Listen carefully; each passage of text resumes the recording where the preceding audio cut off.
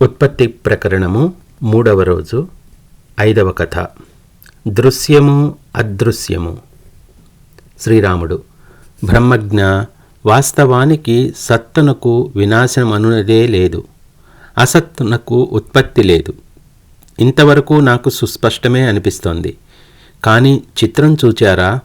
ఈ దృశ్యము అనేది ఎడతెగని దోషములతో కూడినదై సత్యమైన దాని వలనే మాపై ప్రభావం చూపిస్తోంది. ఇది అసత్తు లేక అవాస్తవం అని మేము గ్రహించలేకపోతున్నాము.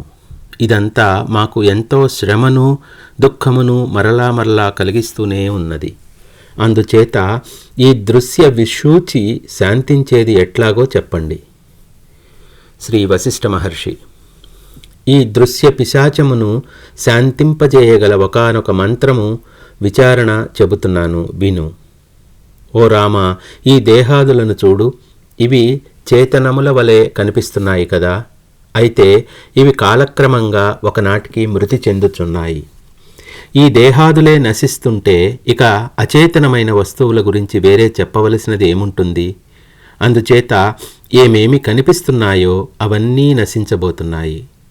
ఇంతకు ముందు లేనివై ఇప్పుడు ఉండి ఒకప్పుడు నశించబోయేవి సత్యం ఎట్లా అవుతాయి? ఒక చిన్న ఉదాహరణ. జలం తరంగాకారంలో అనుక్షణం పారుచున్నది కదా. తరంగము అనే వస్తువు ఎలా ఎప్పుడు లభిస్తుంది? అది జలమునందు గల జలము యొక్క ఆకారమే కదా. కానీ వేరైనట్లు కనబడుచున్నది. ఈ దృశ్య వ్యవహారమంతా అట్టిదే. ఇదంతా స్వస్వరూపాత్మ యొక్క విన్యాసమే. నీవు చెప్పినట్లు ఉన్నదానికి సద్వస్తువునకు నాశనము ఏనాటికీ సంభవించదు. అట్టి అవినాశనమగు వస్తువు ద్రష్టయే జగత్తుకు, ఈ జగత్తులోని నీవు నేను శరీరములు జన్మలు మృత్యువులు మొదలైన పదార్థ జాలానికి మూలస్థానము లేక ఉనికి స్థానము అయి ఉన్నది. అనగా అది ఈ సర్వదృశ్యము యొక్క బీజమును తన యందు సంస్కార రూపమున కలిగి ఉంటోంది. ఆ సంస్కారం సుషుప్తి సమయంలో బుద్ధి యందు, ప్రళయకాలంలో ప్రకృతి యందు అణిగి ఉంటుంది. మరల సుషుప్యానంతరం ప్రళయానంతరం ద్రష్టా దృశ్యము రూపమున ప్రకటితమవుతోంది. అయితే ఈ ద్రష్టా దృశ్యము లేనట్టి ముక్తి అసంభవం అందామా? అట్లు అనటానికి వీలులేదు. ఎందుకంటే ఈ రెండిటినీ అధిగమించిన స్థితి యందు సుస్థితులైనట్టి జీవన్ముక్తులు దేవతలలోనూ ఋషులలోనూ మనుష్యులలోనూ పాతాళ జీవులలోనూ అనేకులు మనకు తారసపడుతున్నారు. అట్లు జీవన్ముక్తులై ప్రకాశించువారు ఈ దృశ్యమును పొందుతున్నారు. తదనుగుణంగా ప్రవర్తిస్తున్నారు కూడా. మరి ఆ జీవన్ముక్తులకు సంసార జీవులకు గల భేదమేమిటి? అట్టి భేదము అంతరంగమున ఏర్పడి ఉన్న అవగాహన ఎందే ఉన్నది. ఈ దృశ్యము బయట ఉంటే ఉండని లేదా లేకుండని దాని వలన లాభనష్టములు ఏమీ లేవు.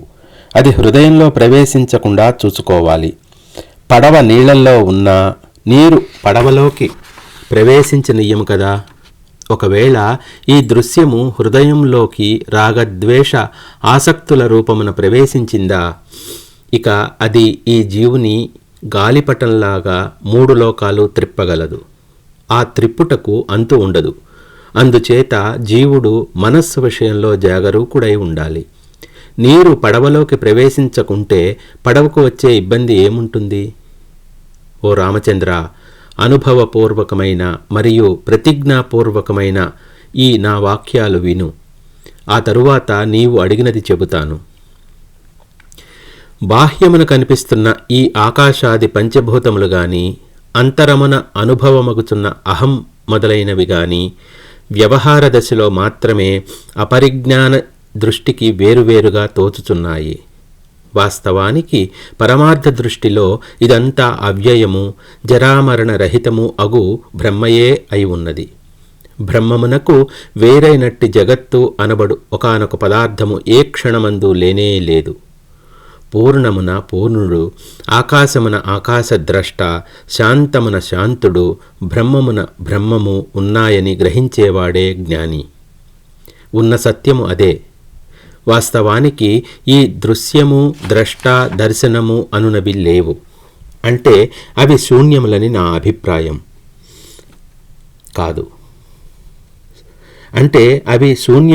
అభిప్రాయం కాదు. ఇదంతా శాంతమగు చైతన్యభరితమేనని గ్రహించబడుగాక. శ్రీరాముడు: ప్రభు, ఈ జగత్తు లేదు అని మీరు చెప్పుచున్నప్పుడు వినటానికి బాగానే ఉంది. కానీ మా అనుభవం అందుకు తగినట్లు లేదు. గొడ్రాలి కుమారుడు పర్వతమును పగులగొట్టుచున్నాడు. కుందేటి 2 కొమ్ములు ఎంత అందంగా ఉన్నాయి. బండరాయి చేతులు చాపి నృత్యం చేస్తోంది.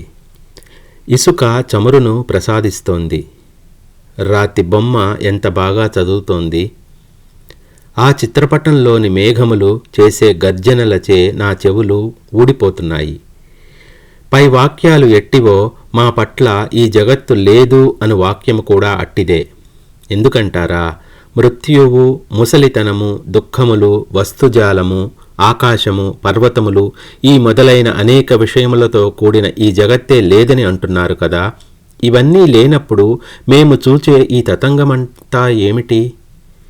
అయితే బ్రహ్మజ్ఞులకు మీరు వృధా అయిన ఏ వాక్యం పలుకరని కూడా నాకు తెలుసు.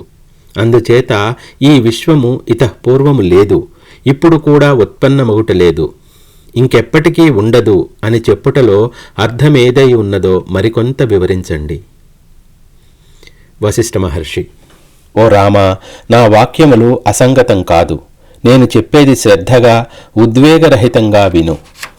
నిజంగానే గొడ్రాలి కుమారుని వలె ఇదంతా భ్రమ మాత్రమే, నాకు కనబడుతున్నది కదా అంటావా? స్వప్నంలో కూడా నీవు గృహములను, జనులను చూస్తున్నావు కదా. అవన్నీ ఉన్నాయా? ఉంటే ఎక్కడ ఉన్నాయి? లేకుంటే వికారాలన్నీ ఎట్లు కలుగుతున్నాయి? అదంతా మనస్సు యొక్క వికల్పము మాత్రమేనని తెలుసు కదా. స్వస్వభావమే స్వప్నమును చూచేటట్లు, స్వప్నానుభవం పొందేటట్లు చేస్తోంది.